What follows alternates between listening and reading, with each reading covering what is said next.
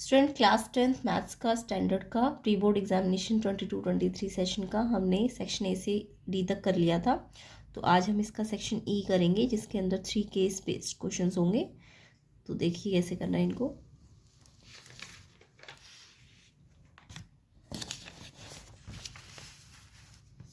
तो देखिए section E है, इसका 36 क्वेश्चन देखते हैं।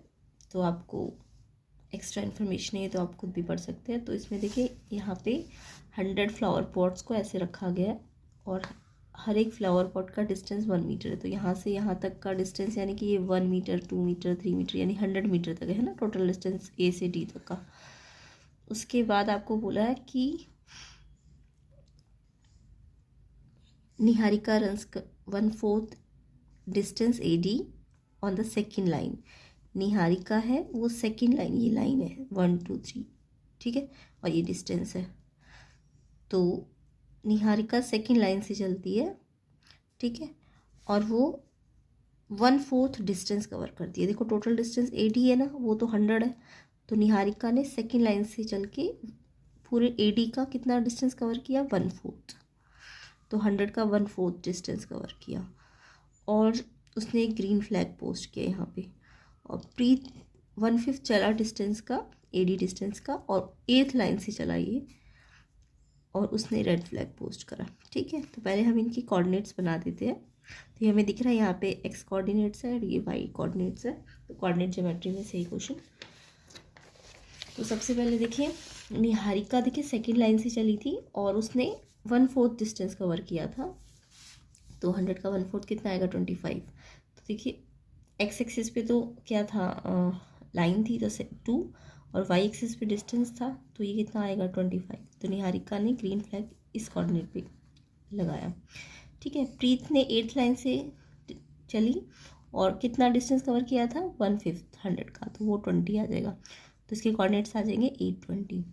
अब आपको क्वेश्चन में पूछा क्या गया है, फर्स्ट इसका पार्ट है, what are the coordinate of the green flag posted by the Niharika. Green flag के कोऑर्डिनेट्स निकालने जो निहारिका ने लगाए।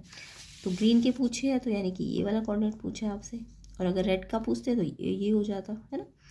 उसके बाद नेक्स्ट आपसे पूछा है what is the distance between both the flags. ये जो दोनों फ्लैग्स है इनके बीच का डिस्टेंस, यानी ये मान लो ए पॉइंट है, ये बी पॉइंट है, तो इनके बीच का डिस्टेंस निकालना है आपको।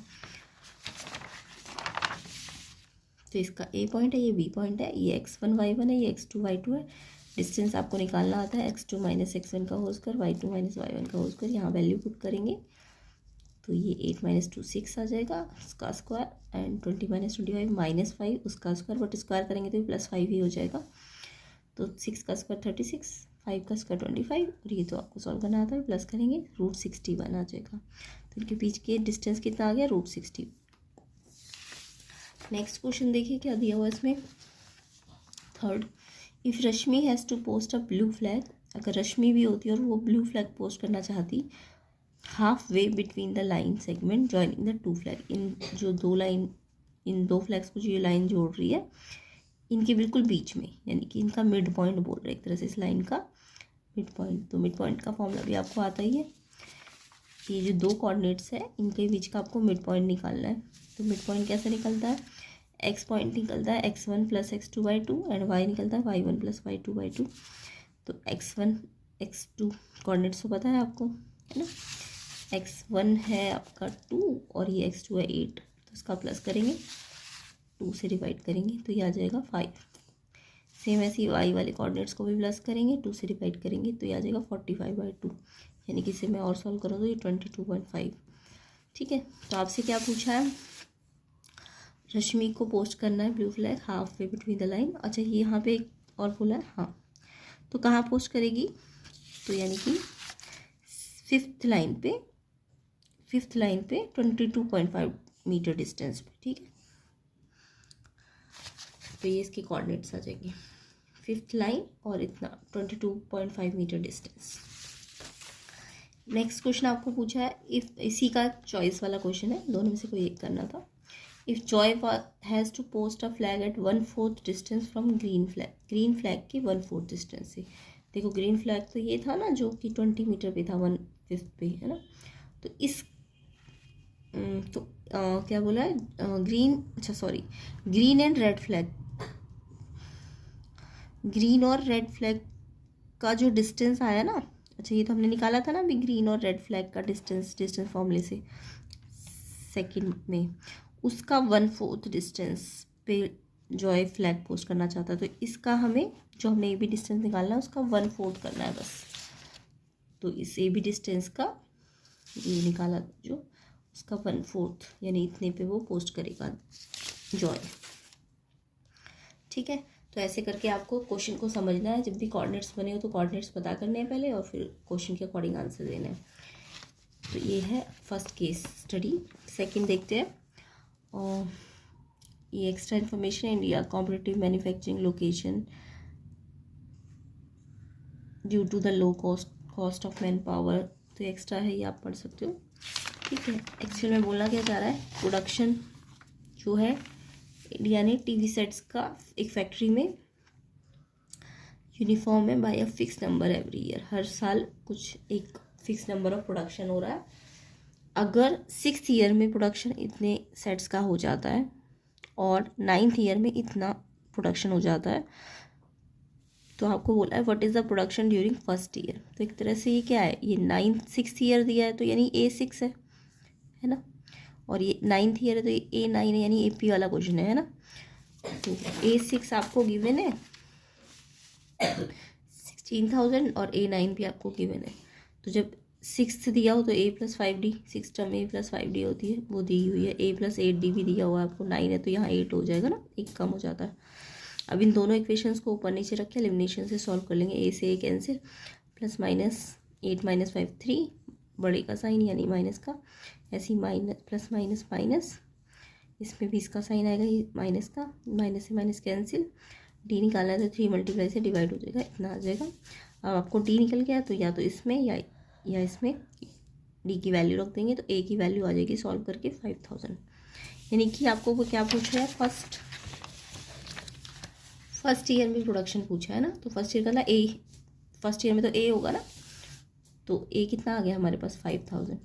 उसके बाद नेक्स्ट क्वेश्चन आपसे पूछा है what is the production during 8th year, यानी A8 निकालना है आपको। तो A8 का फॉर्मूला आता है आपको A+7D, ए की वैल्यू और डी की वैल्यू रख देंगे तो ये आ जाएगा इतना। नेक्स्ट आपसे पूछा है in which year the production is rupees this, तो यानी कि अब की बार आपको nth ईयर नहीं पता n, और आपको प्रोडक्शन nth ईयर का दे रखा है, तो AN आपको दे रखा है। ठीक है, तो जब आपको AN दे रखा होता है तो आप AN का क्या लगाते हैं फॉर्मूला, n है तो यहाँ पे n-1 हो जाएगा ना, जैसे यहाँ 8 था तो यहाँ 7 हो गया था। तो अब कैसे सॉल्व करेंगे, ए की वैल्यू रख दीजिए, डी की वैल्यू रख दीजिए। सबसे पहले स्टेप रखेंगे, ये जो a प्लस हो रहा है यहाँ इस साइड ले जाके माइनस कर देंगे इसको। देन ये जो मल्टीप्लाई में है d, उसको नेक्स्ट स्टेप में डिवाइड में लेके आएंगे, फिर कैंसिल करेंगे तो ये 11 आया। अब ये n-1 11 है तो -1 भी इधर भेज दीजिए, तो n आ गया 12, यानी 12th ईयर पे प्रोडक्शन इतना हो जाएगा। ठीक है, इसका ही एक चॉइस वाला क्वेश्चन है थर्ड का, what is the difference of the production during 7th year and the 4th year. 7th year और 4th ईयर का डिफरेंस पूछा है प्रोडक्शन का, तो यानी कि एक्चुअल में आपसे पूछ रहा है A7 - A4, 7th ईयर यानी A7 और A4 का डिफरेंस। तो A7 का फॉर्मूला खोल लीजिए, A4 का फॉर्मूला खोल लीजिए, बाहर माइनस है तो अंदर के साइन चेंज कर दीजिए, A से A कैंसिल हो जाएगा, 60 - 3D, तो D की वैल्यू रख दीजिए, तो ये इतना आंसर आ जाएगा, तो 63,000। ठीक है, नेक्स्ट क्वेश्चन कर लेते हैं 38। A group of student class 10 India gate जाते हैं एजुकेशन ट्रिप पे। अभी एक्स्ट्रा इन्फॉर्मेशन है। The teacher said that India gate located at the eastern end of the Kartavya Path is about इतना फीट, यानी मीटर में बोले तो 42 मीटर हाइट, यानी इंडिया गेट की हाइट दी हुई है 42 मीटर। आपको बोला है कि what is the angle of elevation if they are standing at a distance of 42 meter away from the monument. The India gate की हाइट दी हुई है, और अगर आप इंडिया गेट से 42 मीटर अवे हो तो आपको कितना एंगल दिखेगा। तो ये ट्रिग्नोमेट्री में से है 9th चैप्टर। इसके पहले आप डायग्राम बना लेना। तो देखो इंडिया की हाइट दी हुई है 42 एंड आपका इससे डिस्टेंस दिया इंडिया गेट से, कितने डिस्टेंस पे आप 42 मीटर पे। तो ये लिख लेना, हाइट ऑफ इंडिया गेट मान लो ये भी है तो 42 मीटर, डिस्टेंस जो आपका है वो भी इंडिया गेट से 42 मीटर है। अब आप ये ट्रायंगल ले लेंगे, ट्रायंगल ABC है ना, तो जिसमें क्या है ये और ये रेशो आपको यूज़ करना है ना, तो ये AB अपॉन BC होता क्या है, परपेंडिकुलर अपॉन बेस, क्योंकि एंगल तो यहाँ है ना, तो ये बेस होता है, परपेंडिकुलर अपॉन बेस, तो ये हो जाएगा tan थीटा, है ना। तो ये भी आपको पता है 1, तो tan थीटा 1 हो तो 1 को हम कैसे लिख सकते हैं, tan की फॉर्म में tan 45, तो tan से tan हट गया, थीटा कितना आ जाएगा 45, तो एलिवेशन एंगल कितना आ जाएगा 45। सेकेंड पार्ट में इससे पूछा है आपसे, they want to see the tower at an angle 60 degree, वो 60 डिग्री पे देखना चाहते हैं एंगल टावर को, तो अब वो कहाँ खड़ा हो, किस डिस्टेंस पे उन्हें खड़ा होना चाहिए। जैसे अभी तो वो 42 मीटर डिस्टेंस पे खड़े थे, तब तो एंगल 45 आया, बट अगर वो एंगल 60 डिग्री पे देखना चाहते हैं तो ये डिस्टेंस आपको BC आपको निकालना है ये, ठीक है। तो यहाँ पे भी वही रेशो ये यूज़ करना है ना हमने, तो ये अपॉन ये tan थीटा, थीटा कितना है आपके पास 60, तो tan 60 की वैल्यू होती है √3, ये 42 है हाइट या गेट की, BC आपको कितने डिस्टेंस पे आप खड़े हो, तो BC यहाँ आ जाएगा क्रॉस मल्टीप्लाई में, और ये √3 कहाँ आ जाएगा नीचे इसके, अब रेशनलाइज कर देना क्योंकि नीचे रूट है, तो √3 से ऊपर नीचे रेशनलाइज, √3 3 हो जाएगा, और ये √3 से मल्टीप्लाई हो जाएगा ऐसे, अब ये 3 से कैंसिल हो सकता है, तो 14√3 मीटर इसका आंसर होगा, यानी इतनी डिस्टेंस पे उन्हें खड़ा होना चाहिए ताकि एंगल ऑफ एलिवेशन 60 डिग्री हो। नेक्स्ट इसका पार्ट है, इसी का चॉइस वाला क्वेश्चन है सेकेंड पार्ट का, if the altitude of the sun is 60 degree, what is the height of the vertical tower that cast a shadow length 20 meter. तो अब अगर सन का जो एल्टीट्यूड है वो 60 डिग्री है, तो अब हाइट ऑफ कोई भी टावर कितनी होगी अगर शेडो इतनी बनती है, तो देखो एक तरह से एंगल दिया हुआ है आपको 60 डिग्री, तो यहाँ पे आपको एंगल 60 डिग्री दिया है, तो शेडो हमेशा नीचे बनती है ना, तो ये टावर है, ये सन की एंगल कितना बन रहा है सन की इसका, तो 60, और शेडो कितना है 20, आपको AB इसकी हाइट निकालनी है टावर की, तो रेशो तो यही रखेंगे AB upon BC tan theta, AB आपको निकालना है, ये 20 दिया हुआ है, और tan 60 की वैल्यू होती है √3, तो ये 20 √3 से मल्टीप्लाई हो जाएगा, तो इतना आ जाएगा, तो यानी हाइट ऑफ टावर कितनी आ जाएगी 20 √3। नेक्स्ट इसका पार्ट देखेंगे, third part, if the ratio of the length of A rod and its shadow is 1:1, rod की लेंथ और उसकी शेडो का रेशो दिया हुआ है 1:1, तो एंगल ऑफ एलिवेशन कितना होगा, वैसे तो आप डायरेक्ट याद रखना 1:1 जब भी दिया हो तो एंगल 45 होता है, यानी कि 1 तभी आता है जब एंगल 45 होता है। तो आपको बोला है कि ये लेंथ ऑफ रॉड और इसकी शेडो तो नीचे बनेगी, तो रेशो आपको दिया हुआ है इसका 1/1, और ये परपेंडिकुलर 1 बेस लिया आपने, तो ये एंगल क्या होगा tan थीटा। tan थीटा अगर 1 है, तो अभी थोड़ी देर पहले आपको बताया था मैंने 1 कब होता है tan थीटा tan 45 पे, तो थीटा यहाँ से कितना आ जाएगा 45, तो याद भी रखना 1:1 जब भी दिया हो तो एंगल कितना आएगा 45, या सेम परपेंडिकुलर डिस्टेंस हो तो भी एंगल कितना आता है 45, ठीक है। इस तरीके से हमारा ये सेक्शन ये भी कंप्लीट होता है, तो आप इसे अच्छी तरह से रिवाइज़ कीजिए, CBSE बोर्ड के लिए आपके लिए यूज़फुल है, और कमेंट बॉक्स में बताइए आपका आंसर यही आया कि नहीं आया। बाकी चैनल को सब्सक्राइब कर देना, वीडियो को शेयर कर देना, CBSE एग्ज़ाम की प्रिपरेशन के लिए चैनल को देखते रहिए।